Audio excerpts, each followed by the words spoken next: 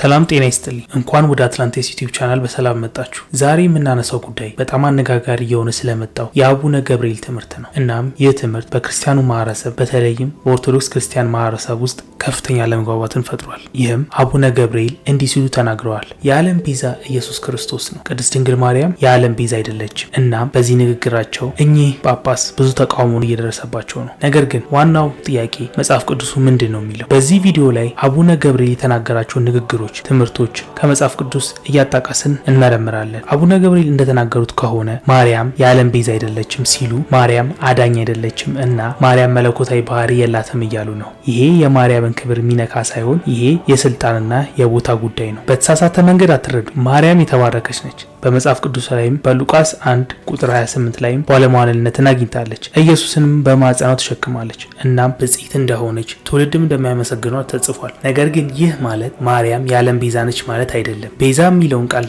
ስንመለከት የአንድ ነገር መስዋዕት መሆን ማለት ነው። እናም በዚህ የቤዛ ምንነት ላይ ከተስማማን ይህንን ሊያሟላልን የሚችለው ኢየሱስ ክርስቶስ ብቻ ነው። እናም ለዚህ ሐሳቤ መደገፊያ የሚሆኑ የመጽሐፍ ቅዱስ ጥቅሶችን እንደሚከተለው አቅርቤያለሁ። በመጽሐፍ ቅዱስ ውስጥ ወደ ዕብራውያን ሰዎች ምዕራፍ 9 ከቁጥር 25 እስከ 28 ስንመለከት እንዲህ ይላል። ነገር ግን በእግዚአብሔር ፊት ስለኛ አሁን ይታይ ዘንድ ወደ እርሷ ወደ ሰማይ ገባ። ሊቀ ካህናቱን በየዓመቱ የሌላውን ደም ይዞ ወደ ቅድስቲቱ ቦታ እንደሚገባው ራሱን ብዙ ጊዜ ሊያቀርብ አልገባም። እንዲህ ቢሆንስ ዓለም ከፈጠረ ጀምሮ ብዙ መከራ ሊቀበል ባስፈለገው ነበር። አሁን ግን በዓለም ፍጻሜ ራሱን በመሰዋት ኃጢአት እንዲሽር አንድ ጊዜ ተገልጧል። ለሰዎችም አንድ ጊዜ መሞት ከእርሱ በኋላ ፍርድ እንደተመደበላቸው እንዲሁ ክርስቶስ ደግሞ የብዙዎችን ኃጢአት ሊሸከም አንድ ጊዜ ከተሰዋ በኋላ ያድናቸው ዘንድ ለሚጠባበቁት ሁለተኛ ጊዜ ያለ ኃጢአት ይታያቸዋል። ይህንን ጥቅስ በምንመለከትበት ጊዜ ይሄ ጥቅስ የአይሁድን ሊቀ ካህናት በዓመት አንድ ጊዜ ወደ ውስጠኛው የተቀደሰው የመቅደስ ክፍል ገብተው በዓመት አንድ ጊዜ የእንስሳት መስዋዕት ያቀርቡ ነበር። ነገር ግን ይሄ መስዋዕት በእርግጥ ፍጹም መስዋዕት አልነበረም። ከዛም ቀጥለን ይህንን ጥቅስ ስንመለከት የኢየሱስ ክርስቶስ መስዋዕት ግን ፍጹምና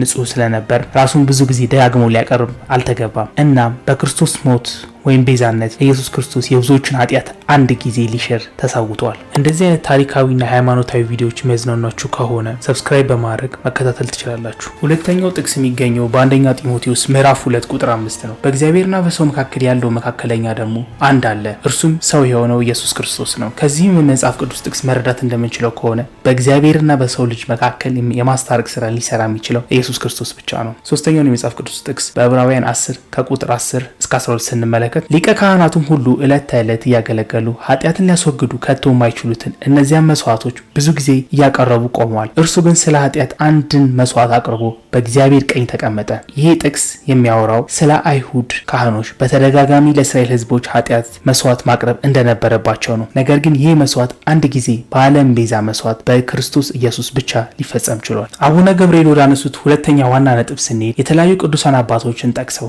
ለምን የነሱ መስዋዕትነት ወይም ሕይወት በቂ ሊሆን እንዳልቻለ ተናግረዋል። እንደ ምሳሌ ማርገው የዳዊትና የኖህን ታሪክ ተናግረዋል። ይህንንም በመጽሐፍ ቅዱስ ውስጥ በአንደኛው ነገሥት ምዕራፍ 2 ከቁጥር 5 እስከ 6 ስንመለከት እንዲህ ይላል። አንተም ደግሞ የዱሪያ ልጅ ኢዮአብ ሁለቱን የእስራኤል ጭፍራ አለቆች የኔር ልጅ አቤኔርን የዮቴሩንም ልጅ ኤሜሳይን ገሎ በእኔ ላይ ያደረገውን ታውቃለህ። የሰልፉንም ደም በሰላም አፈሰሰ። በወገቡም ባለው ድግና በእግሩም ባለው ጫማ ንጹሕም ደም አኖረ። አንተም እንደ ጥበብ አድርገህ ሽበቱ በሰላም ወደ መቃብር አታግባው። የኖህንም ታሪክ ስንመለከት በኦሪት ዘፍጥረት ምዕራፍ 9 ከቁጥር 24 እስከ 25 ስንመለከት እንዲህ ይላል። ከነዓንም እርጉም ይሁን፣ ለወንድሞቹ ባሪያ ይሁን። ሶስተኛ ዋና ነጥብ ስንሄድ ስለ ሰባው ግብዣ ነው። እግዚአብሔር የዓለምን ሕዝብ በዚህ ግብዣ ላይ ጠርቷል። ይህንን ለመረዳት ወደ ኢሳይያስ 25 ቁጥር 6 እንሂድ። ከዚህ ጥቅስ መረዳት እንደምንችለው የዚህ ግብዣ ባለቤት እግዚአብሔር አብ መሆኑን ነው። ግብዣው ደግሞ ኢየሱስ ክርስቶስ እንደሆነ ነው። ይህንን ከዚህ በፊት ኢየሱስ ክርስቶስ ብቻው የዓለም ቤዛ እንደሆነ ባለፉት 2 ነጥቦች ላይ ጠቅሻለሁ። በመጨረሻም ስለዚህ ግብዣ ውጤት እንመልከት፣ የኢየሱስ ክርስቶስ ትንሣኤ።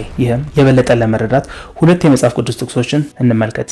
ዕብራውያን 10 ከቁጥር 19 እስከ 20 እንግዲህ ወንድሞቼ በመረቀልን በአዲስ በሕያው መንገዱ ወደ ቅድስ ቦታ በኢየሱስ ደም በመጋረጃው ማለትም በሥጋው በኩል እንድንገባ ድፍረት ስላለን በእግዚአብሔርም ቤት ላይ የሆነ ታላቅ ካህን ስላለን ከዚህም ጥቅስ መረዳት እንደምንችለው በኢየሱስ ክርስቶስ ደም አማካኝነት ከእግዚአብሔር ጋር በድፍረት መገናኘታችን እውን ሊሆን እንደቻለ ይገልጽልናል። በተጨማሪም የዮሐንስ ወንጌል ምዕራፍ 3 ከቁጥር 16 እስከ 18 ስመለከት እንዲህ ይላል። በእርሱ የሚያምን ሁሉ የዘላለም ሕይወት እንዲኖረው እንጂ እንዳይጠፋ እግዚአብሔር አንድያ ልጁን እስኪሰጥ ድረስ ዓለምን እንዲሁ ወዷልና። ዓለም በልጁ እንዲድን እንጂ በዓለም እንዲፈርድ እግዚአብሔር ወደ ዓለም አላከውም። በእርሱ የሚያምን አይፈረድበትም። በማያምን ግን በአንዱ በእግዚአብሔር ልጅ ስላላመነ አሁን ተፈርዶበታል። ስለዚህ ከዚህ ሁሉ ምን መረዳት እንችላለን? ኢየሱስ ክርስቶስ ብቻ የዓለም ቤዛ ወይም መስዋዕት ማለት ነው። ይህም ይህም በሞቱና በትንሳኤ እውን ሊሆን ይችላል። እናም አቡነ ገብርኤል ያስተማሩት ትምህርት መጽሐፍ ቅዱሳዊና ትክክል ነው። ይሄ ቪዲዮ ነገሮችን በተወሰነ መንገድ ግልጽ ያደረገላችሁ ይመስለኛል እና ምን እንደሚመስላችሁ በኮሜንት ላይ ጻፉልኝ። እስካሁን ድረስ አብራችሁኝ ስለቆያችሁ አመሰግናለሁ። በሌላ ቪዲዮ እስክንገናኝ ድረስ ደህና ሰንብቱ።